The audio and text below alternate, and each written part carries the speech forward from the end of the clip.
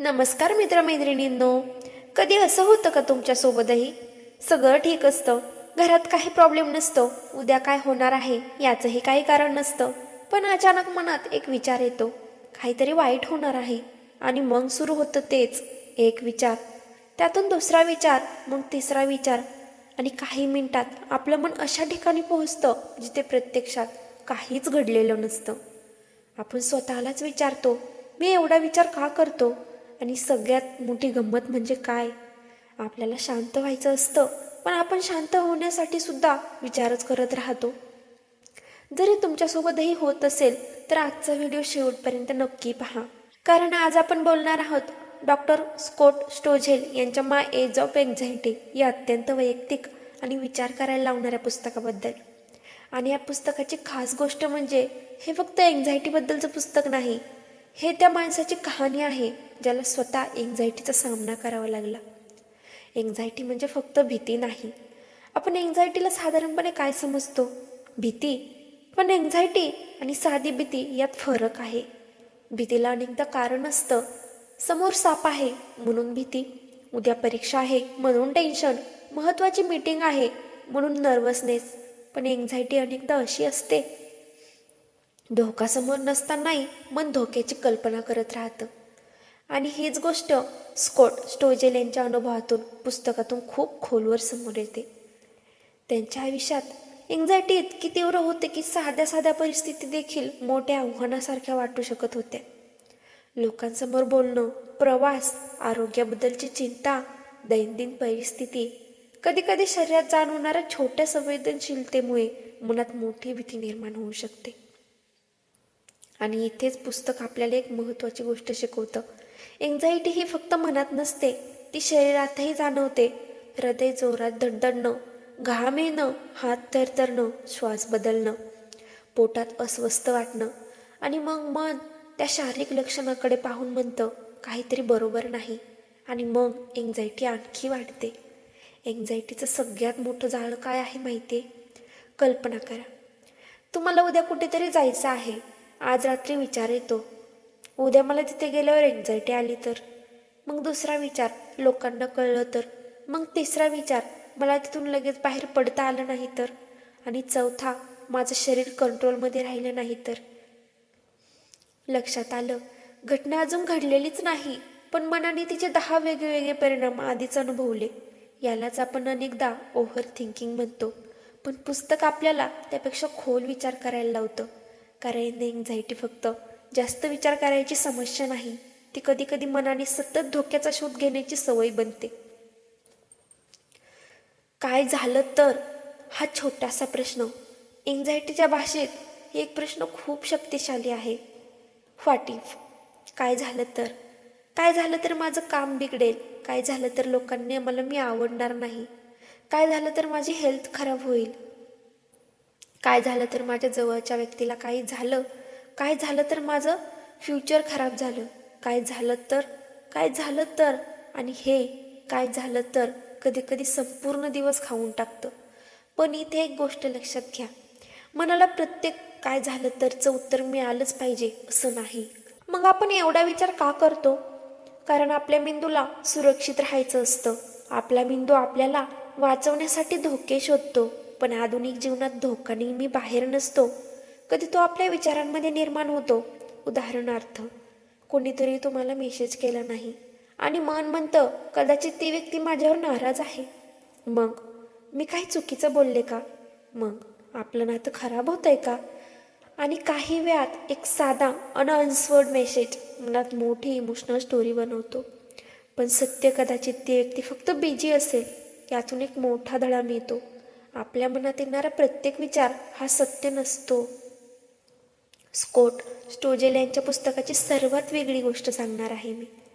या पुस्तकाची ताकद म्हणजे लेखक एन्झायटीबद्दल वरून लेक्चर देत नाहीत, ते स्वतःच्या अनुभवातून बोलतात. त्यामुळे पुस्तक वाचताना आपल्याला एक गोष्ट जाणवते, मी एकटी नाही. ज्या भावना आपल्याला कधी कधी विचित्र वाटतात, त्या भीतीबद्दल आपण कोणाशी बोलत नाही.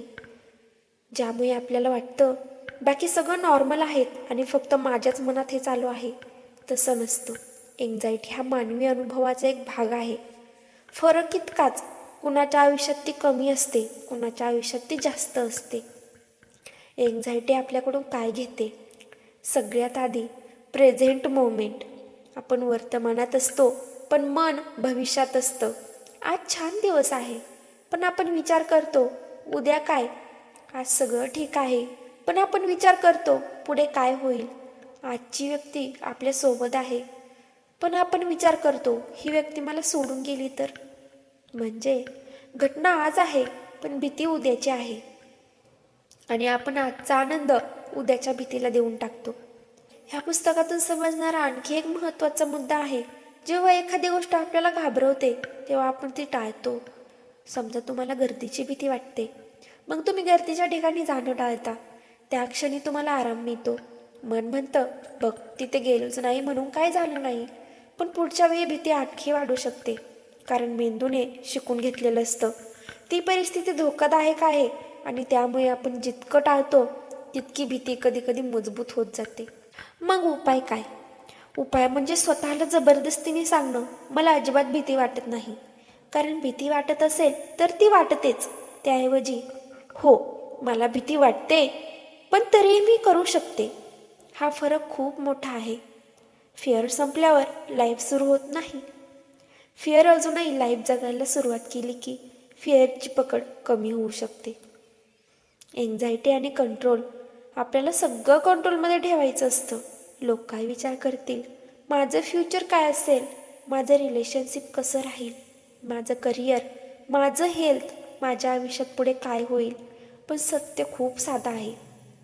आपण आपल्या कृती कंट्रोल करू शकतो, प्रत्येक परिणाम नाही. तुम्ही मेहनत करू शकता पण रिझल्ट पूर्णपणे कंट्रोल करू शकत नाही. तुम्ही प्रेम करू शकता पण समोरची व्यक्ती कायम तशीच राहील याची गॅरंटी नाही. स्वतःला एक प्रश्न विचारा. आज रात्री झोपण्याआधी स्वतःला एक प्रश्न विचारा, मी ज्या गोष्टीची चिंता करतोय त्यापैकी किती गोष्टी खरंच आत्ता घडत आहेत. बहुतेक वेळा उत्तर असेल खूप कमी. बाकी सगळं कल्पना, भविष्य, पॉसिबिलिटी आणि मनाने तयार केलेली स्टोरी. याचा अर्थ तुमची चिंता खोटी आहे असं नाही, तुमची भावना खरी आहे. पण भावना खरी असली तरी तिच्यातला प्रत्येक विचार सत्य असेलच असं नाही. एन्झायटी आली तर काय करायचं? पुस्तकाच्या विचारामधून आपण काही प्रॅक्टिकल गोष्टी शिकू शकतो. विचाराला नाव द्या. माझं फ्युचर खराब होणार आहे असं म्हणण्याऐवजी माझ्या मनात फ्युचरबद्दल एन्झायटीचा विचार येतोय, फरक जाणवतोय. पहिल्या वाक्यात तुम्ही विचाराच्या आत आहात, दुसऱ्यात तुम्ही विचाराकडे बाहेरून पाहत आहात. प्रत्येक विचाराचं उत्तर शोधू नका. काही प्रश्नांना आज उत्तर मिळणार नाही आणि ते ठीक आहे. मला आत्ता याचं उत्तर माहीत नाही हे वाक्य मनाला खूप स्वातंत्र्य देऊ शकतं. शरीराला शांत करा. एन्झायटी फक्त विचारांमध्ये नसते, म्हणून शरीराला शांत करण्याची गरज असते. हळू श्वास घ्या, थोडं चालून या, आजूबाजूला पहा, आपण सध्या कुठे आहोत याची जाणीव करून घ्या. मनाला वर्तमानात परत आणा. ज्या छोट्या गोष्टी भीतीमुळे टाळत आहात त्यांना हळूहळू सामोरं जाण्याचा प्रयत्न करा. पण जर एन्झायटी खूप तीव्र असेल किंवा रोजच्या आयुष्यावर परिणाम करत असेल आणि मेंटल हेल्थ प्रोफेशनलची मदत घेणं योग्य आणि महत्त्वाचं आहे. मदत घेणं म्हणजे आपण कमजोर आहोत असं नाही, ती स्वतःची काळजी घेणं आहे. आणि शेवटी सर्वात मोठा प्रश्न, आपण एन्झायटी पूर्णपणे संपू शकतो का? कदाचित हा प्रश्नच चुकीचा आहे. कारण माणूस म्हणजे भावना, कधी आनंद, कधी दुःख, कधी भीती, कधी उत्साह. ध्येय कदाचित हे नसावं की माझ्या आयुष्यात एन्झायटी कधी येऊच नाही. ध्येय असू शकतं, एन्झायटी आली तरी माझं आयुष्य तिच्या हातात जाऊ नये, ही खूप मोठी गोष्ट आहे. आणि आता शेवटचा संदेश, जर तुम्ही सध्या एन्झायटी, ओव्हर थिंकिंग किंवा सततच्या काळजीशी दगडत असाल तर एक गोष्ट लक्षात ठेवा, तुमच्या मनात येणारे विचार म्हणजे तुम्ही नाही. भीती म्हणजे तुमची ओळख नाही. एन्झायटी म्हणजे तुमचं संपूर्ण आयुष्य नाही. आज मन अस्थिर असेल तरी उद्या वेगळा दिवस असू शकतो. आणि कदाचित शांत होण्याचा प्रवास असा नसतो की माझ्या मनात आता एकही वाईट विचार येणार नाही, तर असा असतो, विचार येऊ दे, भीती येऊ दे, पण माझं आयुष्य थांबणार नाही. स्कॉट टोजेल यांच्या माय एज ऑफ एन्झायटीमधून मिळणारा सर्वात महत्त्वाचा धडा कदाचित हाच. आपल्याला एन्झायटीसोबत आयुष्यभर युद्ध करायचं नाही.